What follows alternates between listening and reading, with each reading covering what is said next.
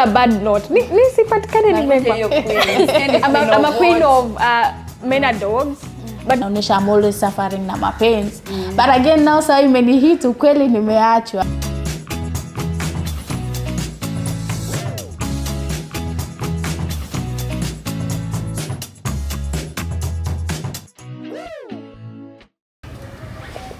So hi guys, welcome back to another episode of BTS, and it's us with another banger.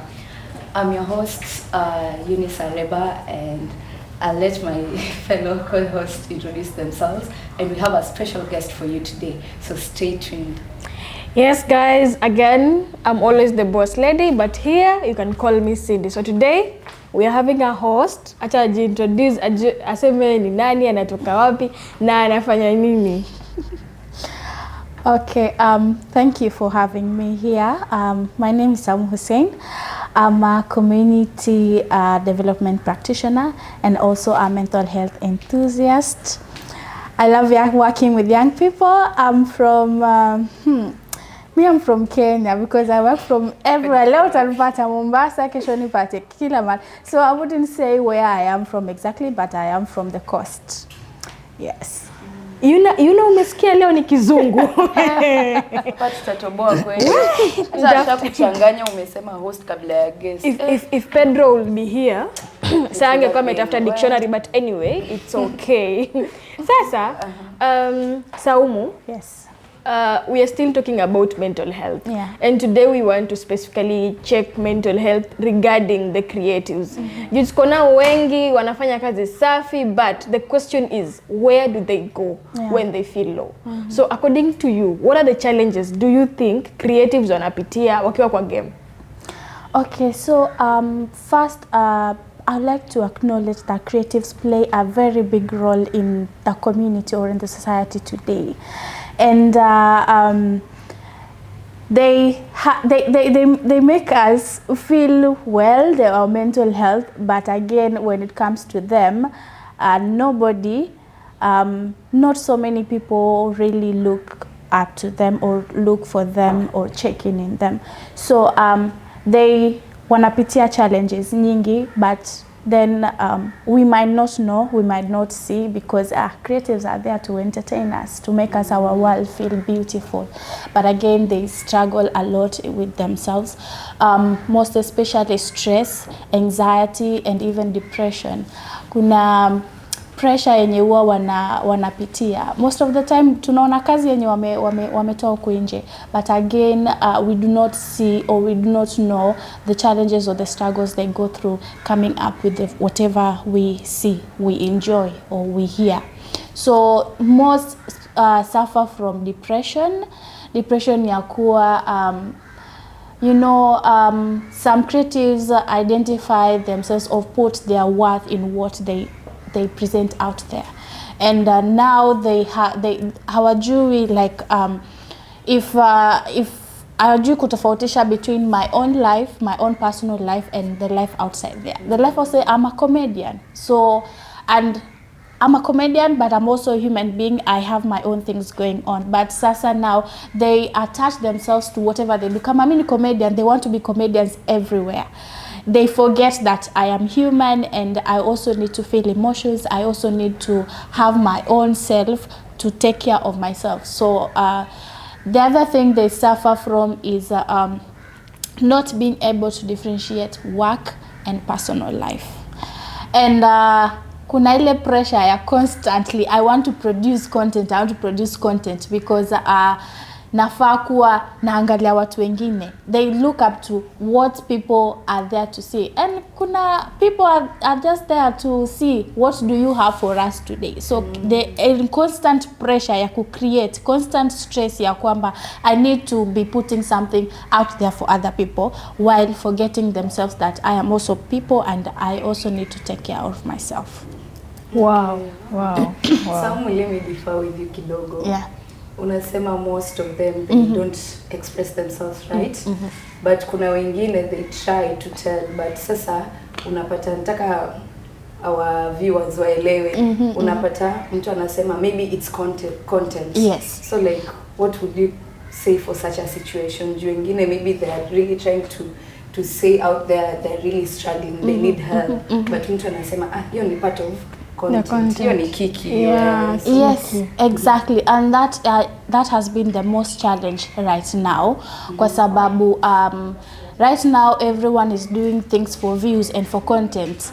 But again inafikia point where now this is the real me, this is the real struggle I'm going through. Maybe nimezoea kuproduce content yenye inaonesha tuseme kama kuna creative mwenye amezoea kuproduce content yenye inaonesha I'm always suffering na mapenzi. But again now sasa imenihit ukweli nimeachwa, and I'm trying to bring it out there, and people will not think that this is what she's suffering ukweli, and people will be like this is content. Victim. You are a victim. Nimeacha ukweli, niko na heartbreaks. Then I produce content, you know, producing content pia is in some way trying to express yourself, trying to express whatever you have inside. But then people have already branded you, that is you. So now I am going through a heartbreak and I need you guys, I need help. I am screaming help. But again, mimi ni actor mzuri. I am a good actress, and people be like, wow, this content is so nice. Mwanzo uta trend. Una trend vibaya. Hii content, ameact poa. The way I'm express emotions, this person is really nice, is really good. But your time, I am not acting, I am really expressing emotions. I am suffering, now me and none. But then people will not come looking for me, asking, is very few. Like very few that have that knowledge or have awareness that this person hapa imefikia hisi content, will check on them. But same sasa someone like sema huyu ni actor mkubwa, very good actress or poet or mkubwa, and I have noticed that this person hapa imefikia, this is not content, and then you reach out, and some will even know that you know, ukishakuwa celeb, DMs, now you start ignoring DMs. And see watu wengi when you recognize that this person needs help and look for them and try to be of help to them. But people will feel like pressure. Hata yeye mwenyewe pia as a creative, hata feel like the fame or content may blow up. They'll even forget that. They're stressed. They forget the stress. Ile blowing up of content, kupata views, kupata likes, na ma subscribers wanaongezeka, makes them even forget that they need help. Anasahau for a moment, and then it comes back again. And grief or stress or anything is something that if you don't work on it, it manifests, it grows. And as time goes by, it grows, they even they don't get the meaning of life anymore. And that's why unapata, this person was a good actress and now they wameenda. Because that grief, that anxiety, that stress, ilikuwa inakuwa pole, and nobody tapped in to see amakus huyu mtu kutafuta usaidizi. Yes. Okay. Wow, now I see. Now I'm seeing, like, I want to use the example of a known person like Jackie Mutubia. We are all aware of her, right? So nakumbuka kuna kipindi alikuwa anakipitia. I think that is where the term the queen of emotions came in. Because whatever content she will do when it comes to emotions, she would pick it nicely. Until recently when she was saying she was struggling, then people are like, hey, mom, you are struggling, like, now I can relate with that situation. Myself, I'm a queen of, not on a bad note. I'm a queen of men are dogs, but not on a bad note.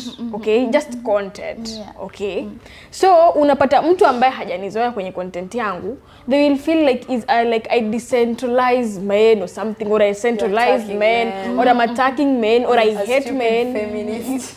Exactly. So by the time I'm coming to post who I am, like this month I've been very intentional on men's mental health and stuff.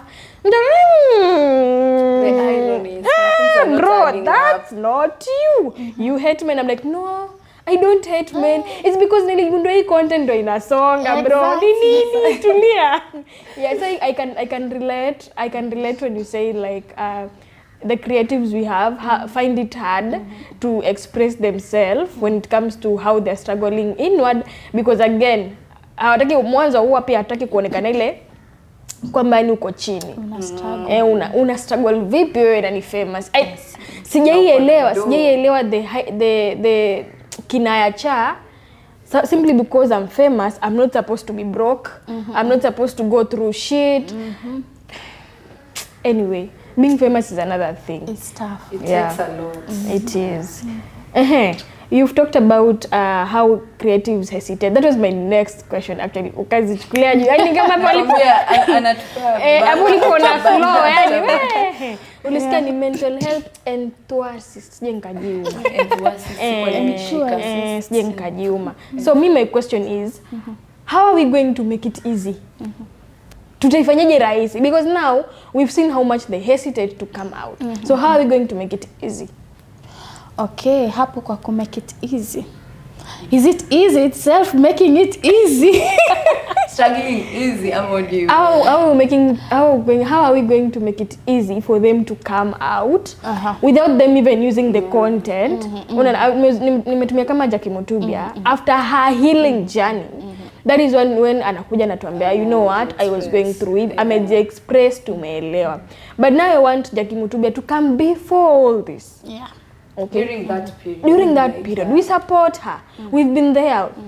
Disney fans. We know she's a best actress. She's a good whatever. Nini na nini, you know. So we are supposed to be there for everything, because if you're going to support you in your content, also when you're going through a lot, we are supposed to be there as one. No tusongesha hii content pamoja. So how are we going to make it easy like that? Okay. Yeah. So this is a thing that I feel most creatives need to know, and I'm glad I'm seeing imeanza ku happen recently.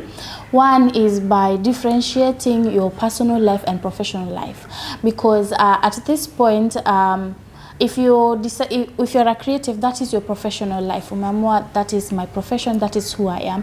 But again, it's also important to showcase the different aspects of your life. Ya kwamba I'm a creative, mimi ni mwimbaji wa love songs. Yes. Na imaanishi kwamba nikiwa mwimbaji wa love songs napendwa all through. I go through a lot also. Kwa hiyo mapenzi inanitesa, inaniumiza. So bringing out me as Saumu, bringing out my life as a content creator, but also showing the aspects of life, me being me as a human, and not that comedian, not that poet, not that actress.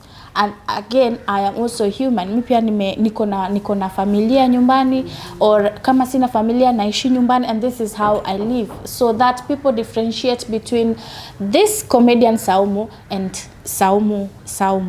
Ndio at that point nikianza kuonesha my struggles, and then people will be like, yeah, it's normal, we know her, this is her life outside content creation or outside being a creative. This is her life. So I come this side and tell you guys, by the way, this is what I'm going through, and this is my way of expressing it. So people clearly know that this point easy content is nini, because tumezoea that mini content creator, I have to be a content creator.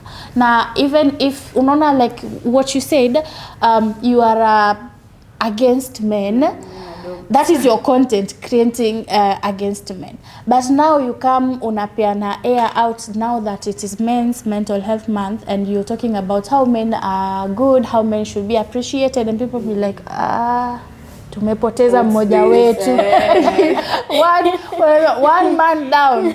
No, this is not one man down. Again, apart from being men are dogs, I have brothers, I have a father, I have cousins, or maybe sometimes I have a son. And I need to show them love. I need to show them that yes, you are human beings, and hizo faults zote, nobody's perfect. Even with your all faults, you're still being appreciated, and you still be loved, and you deserve that love. So if I were to show you that apart from being men are dogs, I also have a husband at home. Nimengoja, nimesikia tu brothers, grandfather. I also have a husband at home. I also have a brother. I also have a father, and I also have a son. I also have a son at home, and this is how we live with my brother and the son. Unaona, nikija hapo, men are dogs, but see at home how my husband brings me flowers. Of course, it's not a dog. So I bring you the content of how men should be appreciated and loved and being taken care of, and then people will be like, enyewe, men should be like this and this, and not people coming kwa comment section and be like, you've betrayed us, it's content yako umepotea, yes, like that. So people have a balance. So the most important thing is to have a balance in life and have a balance in your professional life and your own personal life. Yeah, I really love the aspect that you're bringing, but I'm thinking broadly, and then we have some more tailored questions for you. So when struggling, like tumesema, yes, we need them to open up, right? We need them to talk. We need to know they're struggling mentally. But like when they're doing that, in African time you have a burnout, you have a emotional distress, and you need to turn to a certain support. So where do you think, like, which support is this they usually turn to it? And if yes, do you think like they're sufficient, they're effective? Like, Okay. Yeah, that's a really nice question. I was really looking forward to it.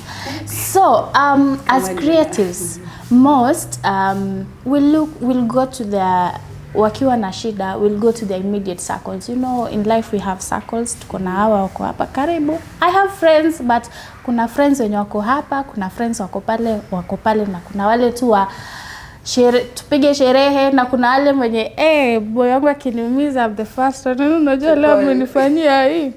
So they most go to their friends or family or relative when they are very close. And kuna wale that even go to professionals, to counselors and psychologists, but also that is not sufficient because of depend with so many variables. One being awareness.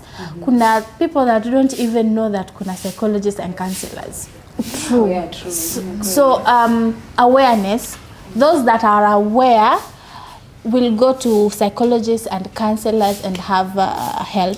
And then also tukiongelea about psychologists and counselors also depends with availability and also yes. Okay. Cindy unaweza therapy. Ushaenda therapy. Therapy is expensive. Yeah, I have. There's a time, I think last year. Yeah. Therapy is very expensive. Yeah, I did therapy. But wait. I missed that. Ulilipa how much? Per session it's 2,000. Oh, and how do you book, like? You know, maybe book, there's someone there anataka. You first check with the office. Kuna wenye wako na ofisi, kuna wenye wako online. So mine was alikuwa na ofisi Mombasa, but also wako online. So you were struggling mentally. Yeah, I was struggling. You see? That brings me to something else. You know, you're struggling. People don't go to therapists or don't even speak out because of your stigma. So you also struggle. And then people identify as mental health kama ugonjwa. I don't want to be sick.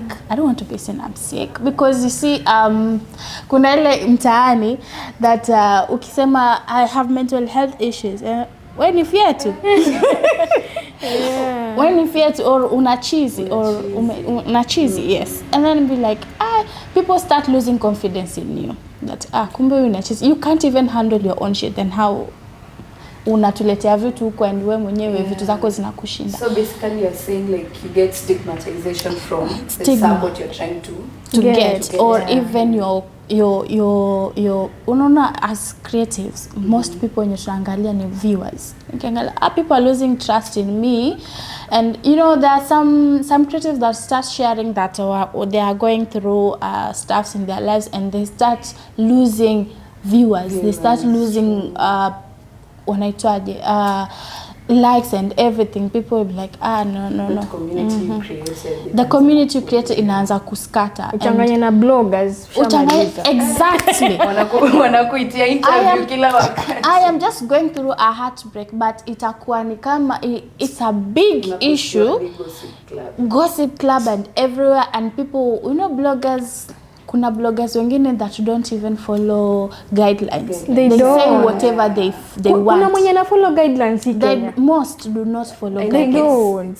A few, It's- a very few percentage. It's not like a trusted kituo cha habari where they have to go wafuate guidelines and to bring out facts. A blogger is a blogger. Yes, And bloggers bloggers is on your opinions. Views, Yes. nini, likes, And so atajitetea, that is my opinion, and you cannot awezi ni crucify because of my opinion. opinion, yeah. Yes. And na wako wengi huku mtaani, wako wengi everywhere.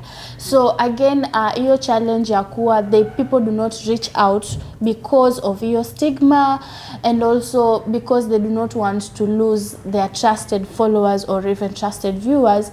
They wengine end up wanamaliza shida zao wenyewe, of which now that ina manifest mpaka inakuwa depression. Ikifikia depression, that is when now they come out crying, and badala ya kumwona huyu mtu, instead of being in their shoes and helping them, others are even celebrating ya kwamba amepatikana. You see some point where Azan was struggling, and people will be like fame, unaona ilikuwa haitaisha, ndio hiyo. People are celebrating, and it's the same community. The same community that you have been producing content for, the same community yenye umekuwa ukifurahisha. Now they're even celebrating that you are now going through whatever you are going through. It becomes so hard, and so most ought to let me finish it peke yangu, let me nani huku peke yangu. Unapata creative actress mkubwa amekuwa a very useless person in the society. Yeye ndo anaombaomba, they've got broke, they've gone wamekuwa walevi, their life imekuwa reckless because of that depression. They screamed at some point, they screamed, but hatukuona. We were enjoying we were enjoying content, and the cycle that I had, I kept kuambia this is what I'm going through. And kuna wale friends that you start telling them about your problems and they start avoiding you, and like wewe umejaa tu mashida, me I can't help at this point. And so they struggle peke yao, and we end up losing some of them sadly. And wale haters, maybe you unajua unaweza kuwa na hater but you don't know. So when they see something like that, it's they start injecting. When I get TikTok live, they start bashing you. Exactly. We end up losing some of them, and then now when we've lost them, ndio watu wanakuja kupost, we didn't see it, but and then you come back ukiangalia, there's some point this person started screaming for help, na hakuna mtu mwenye alinisaidia until that point yenye ameenda, ndio stories zinakuja. Kuna TikTok lives, Anani was struggling with this and this, but you knew they were struggling. Yes, you knew they were struggling, and you didn't come out here to tell us they're struggling. You knew they're struggling, you didn't come out to tell, you didn't help them. Where were you yourself? Someone is struggling, umemchukua unampeleka sherehe thinking that ati nilikuwa najaribu kumtoa kuacha kufikiria hiyo nani, unampeleka sherehe, they become alcoholics, and now they cannot survive without the alcohol. They become addicts, their life become ndio hivyo, na ndio hiyo imeisha. We've seen them so much. I don't want to mention names, but tumeona after ameenda ndio people wanakuja na kila mtu anakuja na story yake. By the mnatutumia screenshots that by the way this is our last conversation we had. Na hii conversation ukiona this person was asking for help. Reaching out. You never call. Yes, we've lost them. Kuna this trend that I have been seeing that inasema there were no signs.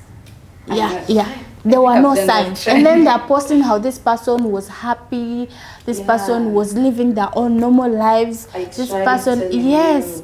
And then mpaka kuna hii, they say kuna hii nani, I saw just recently 6 months to 4 months to 3 months to mpaka 1 day, mpaka day off.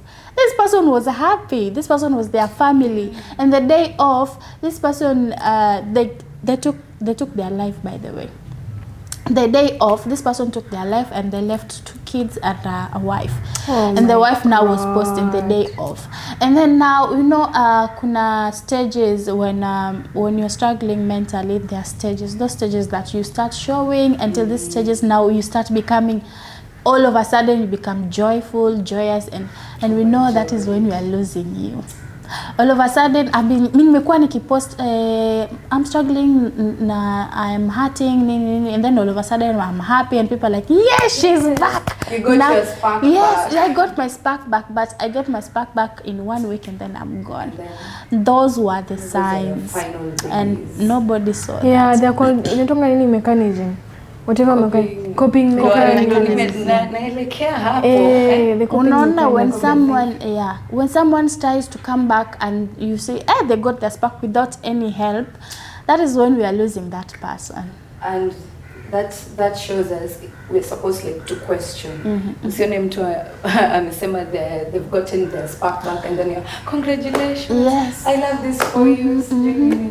And imefanya nifikirie, some time back I attended is it a seminar man tasema nini? Wewe ndo uliattend. Hapa ni kizungu. Hatukuwa. Ni seminar, ni conference, but it's not a meeting. It was a meeting just on mental health of HRDs, and you had a specialist. Jamani, hapo kwa HRDs jamani tu. Wengine wetu.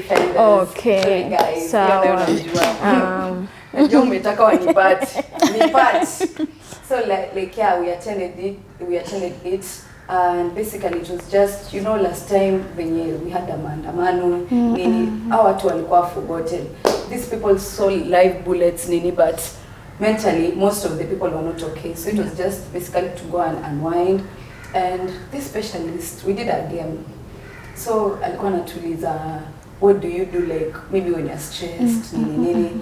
And sasa relating to that, try kufikiria we can have like healthy coping mechanisms and unhealthy coping mechanisms.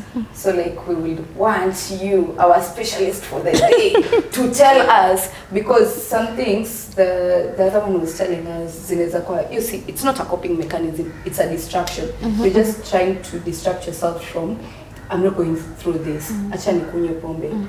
Hiyo fun utasikia tu mind yako iko hapo tu sio, and utalala hangover, uamke urudi square one. So like tell us, what are the healthy and unhealthy coping mechanisms you can implement? Yes, I love the topic of coping mechanism because you love everything. Yes, I love everything about mental health. Can you blame me though? No, we can't. We can't. Yeah, so right now people have so many, people do everything. Mtu anafanya kila kitu, and then when you ask them, and be like, this is my coping mechanism, wachana na mimi. But again, kwa coping mechanism, there are healthy coping mechanisms na zile unhealthy coping mechanisms. So among these healthy coping mechanism, one could be looking for help. That is if this si lazima, by the way, you go to a certified psychologist or a counselor, but just speaking out, opening up to a friend, a trusted friend, that is, because now opening up inakuwa, you open up and then inakuwa chai. Ni chai. Acha tu kwanza with girl friendships unasikia imetoka zengine is even coffee. So you open up to a trusted friend, and if you have an access to a counselor or psychologist, then you can open up or go to them, schedule sessions with them, and then you can have those sessions. The other ones could be engaging in hobbies. We all have different hobbies, so engaging in hobbies is also one of the healthy coping mechanism. If you love swimming, go swim. If you love dancing, me, I love dancing. So you dance for us before the show? No. I want to go behind the curtain. Yeah, nione behind the curtain. You can blast your music and dance to it, sing to it, and release whatever is inside. There's journaling, of which not so many people are aware of journaling, and not so many people have that. Like advices becoming squeezy. I'm going through mental health issues. What should I do? Someone just comes, zile za kitabu tu. do your hobbies, go journal. You've told me to journal, but where do I begin? Na journal, kwanza naandika nini? What do I? What is even journaling? Writing your feelings. How do I write my feelings? When they do that, even you remind high school, wale motivators, wote like when walikuwa nakujanga wanasema, oh, sikuwa nasomanga, nalala sijui prep, sijui nini, so like yeah. Mwambo ku journal, but they do not know what to journal, what to write in that, because mimi naweza kuja nianze kuandika tu mambo yangu, write even a music or anything, but again that is not journaling. Journaling iko na process, and I mean journaling is not easy. It's not easy. Unafika katikati, unalia, you tear. Nimekusaidia hapo, you tear the paper. And you don't even know what's your journal. Badala kuandika journal unaandika to-do list. So people need to understand, and journaling is one of the most effective ways to release stress, because I can relate myself when I also struggled, by the way. At some point I was like, oh, I tried and then I tried journaling, and I found journaling to be one of the most relieving ways, because at some point, you know, personally, at some point I went into that dark hole. For me to become a mental health enthusiast, it's not easy. Something must happen. I can talk this because me personally, I am not a sharer. I am not someone who can go and speak. So I don't trust people. So I am an introverted introvert. And so speaking to someone, I've just recently started speaking out to someone, a trusted friend, but kitambo I used not to share. Mimi my life ni yule mtoto mwenye, being a child ni yule mtoto mwenye we don't know what's going on with you, because you never speak, you never talk about issues, about your struggles. So I tried journaling, and I found journaling to be one of the best ways as an introvert, because someone told me to go speak to someone. I can't speak to people. I don't even know where to start. Don't even have friends. Do not have friends. So journaling, so I started journaling, and then when it came to a point when I started now pouring my heart, single, because you start hata unaanzia ni kwanza ni ngumu. How do I write? Naanza kuandika nini? So and then I started today I feel this way, and then at some point I started now talking about how really I'm feeling hurt, how I went through a heartbreak and everything. And then kuna time I was writing and kaandika pole pole, and then at a point I'm like this. I am shaking, and I cried uncontrollably, because now, and then I realized anyway, after that I felt so relieved, and I had kept so many things in my heart and they were burdening me. Yes, and then now after writing that, I felt a relief I haven't felt for a period of time. And I'm telling you, at this moment, I realized journaling is the best. I have now niko na kitabu kama yenye nimeandika from page 1 to the last page. And that book, I never want anyone to I wanted to ask you about that, because I remember in primary I had a diary. Alafu shida mamangu akapata hiyo diary. Akasoma. Do you know, like, we had to sit and chat, ananiambia, like, and you know how a diary works. Si kama like journaling, you know, maybe you're struggling, a diary, maybe you have a boyfriend, you're writing up. Like, how do you ensure your kwanza, like, your privacy, and then how our parents understand? Because my mom was like, wewe nimekutuma shule usome ama utafute sijui nini, mbona unasema like una struggle sijui nini, like hata nashindo kujieleza, because na recall that day on how it was, and it wasn't good. My mom hata alibani hiyo diary yangu, and then she was like, ni safe kupata unaandika hizi vitu tena. But I know we have books, we have diaries that have your padlock nini. Yes. But at the same time ukipata hivyo utakuwa zile za Mbona umeficha? why you writing this? Kwani wewe ni assassin ama nini? Unajua siku hizi majenzi mmeandika. Majenzi tunaonewa. Yeah. Nikumbusha hiyo. So kuna okay, mimi in my personal space I have my own personal space that I know is rahisi mtu akuja ipate, but again that those that you know you can write and then sometimes inaweza potea or anything, and then you will not want people to know what you've been going through.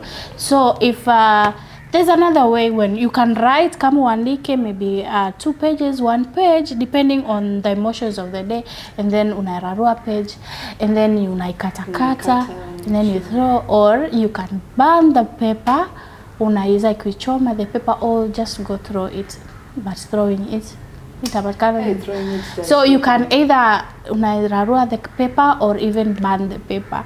But again for me that at some point we also had sessions with a psychologist.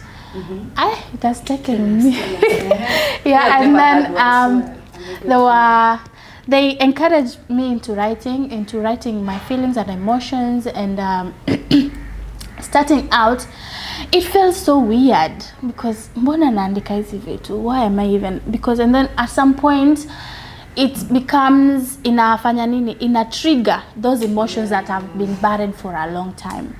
So again it was so weird, and I used to write and then katakata natupa, but again I also want to come back. I realized I also want to come back and see where I have been.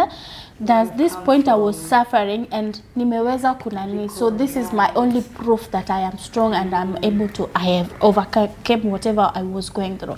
So nikaamua I won't be sitawekuwa nikirarua or kuiban, but I will put it somewhere there. The time I go back and see and I write your name kama ulinikosea like wewe nani, I come back and say this day you did this and yeah. So those are some of the ways of coping healthily. Alafu kuna sasa hizi wenye that are not healthy, but someone will be like, this is my coping mechanism, so what do you want me to do? This is me. Which yeah, that is you. We encourage you to cope in ways that are best for you, because you cannot say a grieving person, you cannot teach them how to grieve. So let the people grieve and express themselves in the best way they know how. So this person will be like some will turn to alcohol and drugs, of which alcohol and drugs, okay, mtu asema mimi na feel relief. Yeah, you feel relief, but how long do you feel the relief for? Hii relief ukikunywa pombe maybe for a night, you will sleep, utaamka and then itakuwa imeenda, pombe imeisha. Instead umerudi na hangover, the stress iko pale and it's even worse. Yes, escalate, and then so unajiletea shida more than how you would have helped yourself. It's going to help you for that specific period of time, for a day or two, and then it goes back to the same place. Drugs, the same thing. And then we have friends that distract you. That when I am with you, we don't talk about what I'm struggling with. We just talk about the happy things, the happy moments and everything. But when I go back and nikifunga mlango wangu jioni, inarudi tena. And then now I even feel worse that I am with you and nawezi nisaidia. They're not giving you room to express myself. You know, there are those type of friends that you'll be like, me, I'm going through a hard time, and they'll be like, I had time where usahau hizo vitu, kila mtu ako na shida, so what are those? Other friends that yes, they invalidate your feeling. There's nothing worse than being invalidated. Kama nikwambia mimi naumwa na kitu fulani, and then wewe mtu mkubwa naye kwani una stressika na kitu kidogo kama nini? Yes, unashukisha gangster points. And then be like, I'll be even mad at you. Why are you not validating me? And that is the reason. Sawa. For you, you'll cut them off. Me, that would be the reason of not even opening up again, because what's the use? And I'd be like, everyone ikienda ku open up kwake, they shut me down. They invalidate my feelings. Hiyo kitu kidogo. Kitu kidogo kwako, but it's not kitu kidogo kwangu. Yeah. So other unhealthy ways ni isolation, isolating yourself. We've seen people that were producing content, we are looking up to them, and then all of a sudden wamenyamaza and be like, kuna hii ya msali drop banga alafu akaenda. No, squeeze wako na tabia kusema nowadays they have public notice. I'm taking this personal space. Like, tell us, you know, personal spaces is for a lot. Are you taking a unaenda kuolewa, unaenda kuoa, una nini? Unaenda maju. Like, people don't say, they just say I'm taking a personal. So you'll just assume maybe, una kama mimi sijafikiria shida. Mimi nimefikiria they're taking a personal for a personal reason of maybe they're going kuoleka, that maybe they do that for studies and stuff. Exactly. So I think pia hizo vitu pia zinabo juu. If you're not going to tell me why you're taking this, like, I'm your fan, you trusted me with your content, so you should also be open to me knowing hakuna aina haja uende ujiisolate peke yako. Like, for me it doesn't make sense anyway. Kwanza the part yenye umesema ya una isolate ndo upate time ya kutengeneza an even better content. So me, I'll be thinking like, hey, tumpatie space, and I'll be expecting, I'm so expectant that unakuja na kitu kingine kali. But kumbe nimeenda nadidimia tu nadidimia huko kwa isolation. So for some it works, but isolating yourself to a point where, you know, if you kendo kija isolate ndo sasa mafikira yanakuwa mingi, the things you start, and then depression comes in, and you feel like you do not have a purpose of living, and then you'll be feeling like, and then so during that time of isolation, you also because nearly announced I'm isolating myself, but nobody reached out to see why am I isolating myself. Could it be moving to another stage of my life? Could it be something better is coming, or am I isolating myself kwa sababu niko na shida? And then that point nobody reaches out to be like, so I've always been there for people and people are not there for me. Yes. Kumbe you didn't communicate right. You didn't communicate right, and that is also another challenge. Poor communication. Communication in the sense that you ulituambia sawa you're taking personal space, and alafu kuna this sijui ni sisi so ama watu wamepelekwa kwa class ya creatives, wamepelekwa class ya kuambia please respect my personal privacy. Don't reach out. Please anasaidika. Give us space during this time. Unaisema unabana session niache niende nikae pahali. Sana watu hawa wenye waki break up. Please respect our privacy. So like, okay, I'm respecting your privacy. I'm not reaching out, waiting for you to reach out to say, now you are ready to come back, or you are ready to be reached out. Au semi, umeenda umekaa peke yako huko, unadidimia, and then at the same time, if people don't reach out, you'd be the one blaming that people. They're not there for you. And I've always there for people, right? I've always been there for you. Now producer mangoma, mna dance, nini.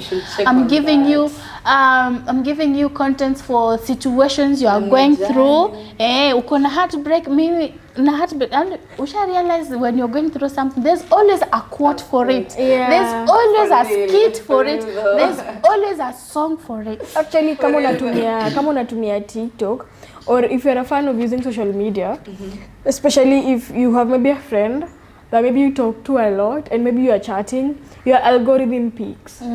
So when your algorithm peaks, unakuwa scroll mapenzi haya. Unashangaa mpenzi leo nani, kumbe ni algorithm.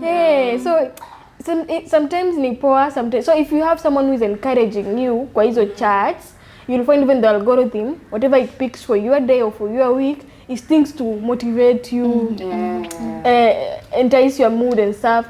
Kama hauna mtu ni wewe tu una text tu, try wewe wiki nzima niokolee 200. Your algorithm will pick that, and it will just be giving things to do with, you're not supposed to be giving up, things will work out, because there's a bro. Kama ina read your mind. And so hatufikiri kwamba, why is there always a skit for every situation you are going through? So tunafikiria like, oh, okay, for you it's algorithm. But again, huyu mwenye ana produce this Atengeneza, content yeah. ni nini limfanya afikirie kufikia that? Yes. Exactly. Why did they think about a heartbreak? Because there's no way maybe I'll express emotions a heartbreak if I have not gone through a heartbreak. True.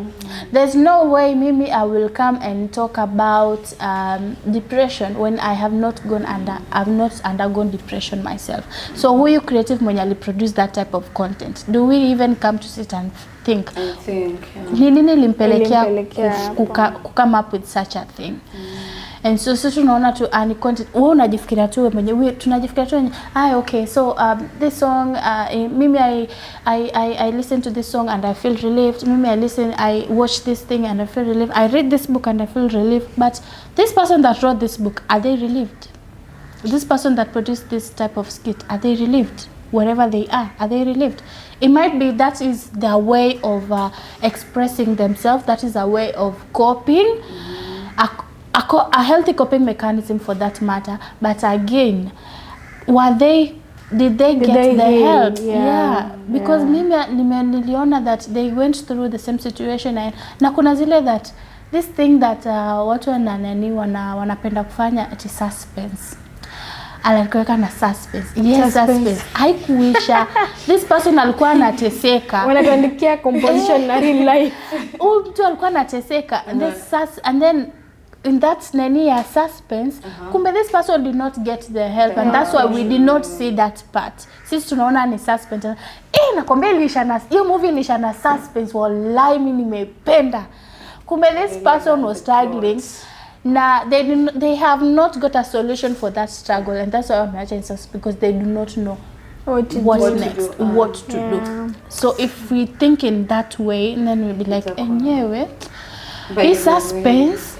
It might be suspense because I want to nataka ni kuache na ile uko unafikiria what really happened, but again it might be suspense in terms of they did not know what to do next. Okay, muda inakimbia ni mingi but sawa. So muda inakimbia, so I'll start with you Yuna.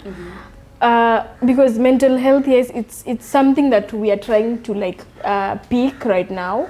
But again, for the creatives, it hasn't. We are picking for other people's, but leaving behind creatives. So what do you think you are someone who is an HDR? sorry, point of a correction. Human rights defender. HRD. Oh, jamani. HDR iko kwa kamera na cameraman anafaa kutoa HDR. Wewe bora umeelewa bana. Anyway, you as a human rights defender, what do you think you as people who are human rights defenders should support creatives in terms of mental health? Just like 2 things that you think we can do.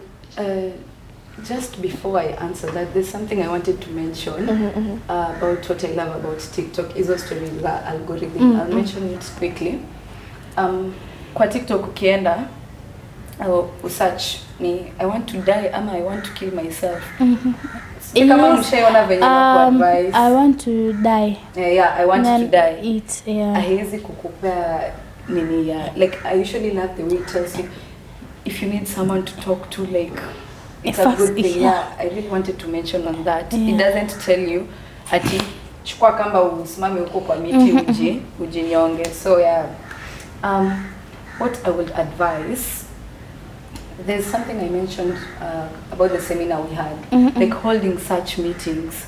You know, these meetings are free. You're not supposed to pay any amount to attend you, and looking for someone who's like a certified specialist to talk to them. Some people wanatakanga tu someone to talk to them. Like me personally, najuanga I make rash decisions. I know like nikikaa nikijournal, I won't be able to kujisaidia nini, but if I pour my nini to someone and someone any advice, I feel relieved. Ata ask for any advice, but if I pour out my emotions ama nini, if I pour out how I'm feeling, because I feel like nikijiekea kitu in my nini huwa inakuja burden, and then I start overthinking, I start feeling like I start having suicidal thoughts, right? So I feel like for me personally, holding those in seminars and even having productive podcasts like us, literally. Yeah. Like us having such discussions, itasaidia sana like the youth sana in the creative industries, because most of them will be able to come in, like even as guests, wanakuwa able to like talk, wanasema the challenges they're going through, and after that ndo tunaenda kutafuta a solution on how we can be able to help them. So yeah. And you, Saumu, what do you think we can do? Do we have, no, for you, since you've answered that, kuna penye umejibu, but now to add something on that question, do you think here in Mombasa we have specific places that creatives can go to? Yeah. Okay. So here in Mombasa, there are many sana the youth organizations that offer or do mental health check-ins or offer mental health sessions with young people, sana and creatives. We have an organization called Mizizi Youth that deal purely with mental health. Oh, okay. It's in Changamwe, yes. Deal purely with mental health. So they can offer, if kama you need that special, it's a special case and you need a specialized talk, they can refer you to a psychologist. And also for young people, is it free? Yes, it's free. And then for young people also, I'm not very sure of, as I'm a community person, and so I've worked with so many organizations, and also I don't know how many people know about youth-friendly centers, but there are youth-friendly centers, ziko kwa health facilities where they offer services for young people, and among the services is mental health. And then also katika in facilities kuna wale psychologists when you wameandikwa kazi na county, they are just their work to reach out for young people, so you can reach out to those facilities. You can go into any facility, health facility, and ask for, they are free. They offer the mental health services. Kuna Red Cross, they also offer mental health services for free. And then kuna, I wouldn't want to say about our professionals that offer at a fee, because not everyone can afford. Yes. Right. Yeah.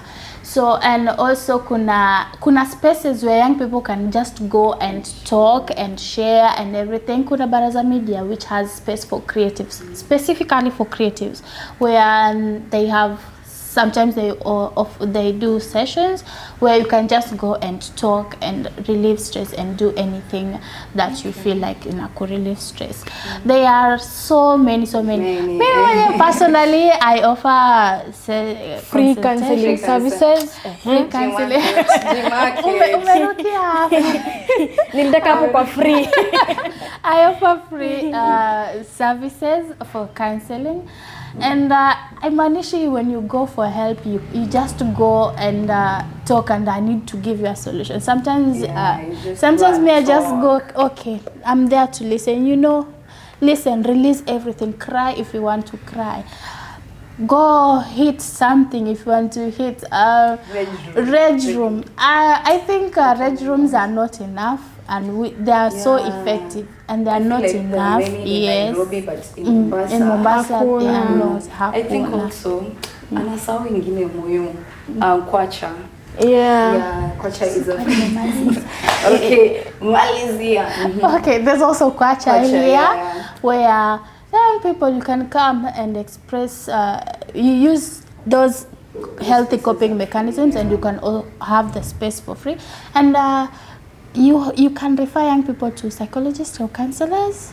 I think you have peer counselors that also can help. If you get a point you need more professional guidance, you can be referred to. And we as community members or as mental health enthusiasts need to do an awareness so that people know that these spaces exist and these people are there and they can go for help. Wow. So for me, naweza sema amesema kila kitu yangu lakini kuongezea anyway, yeah. So I'll say I'm also a counselor. Najua you know Joangi. So now you know.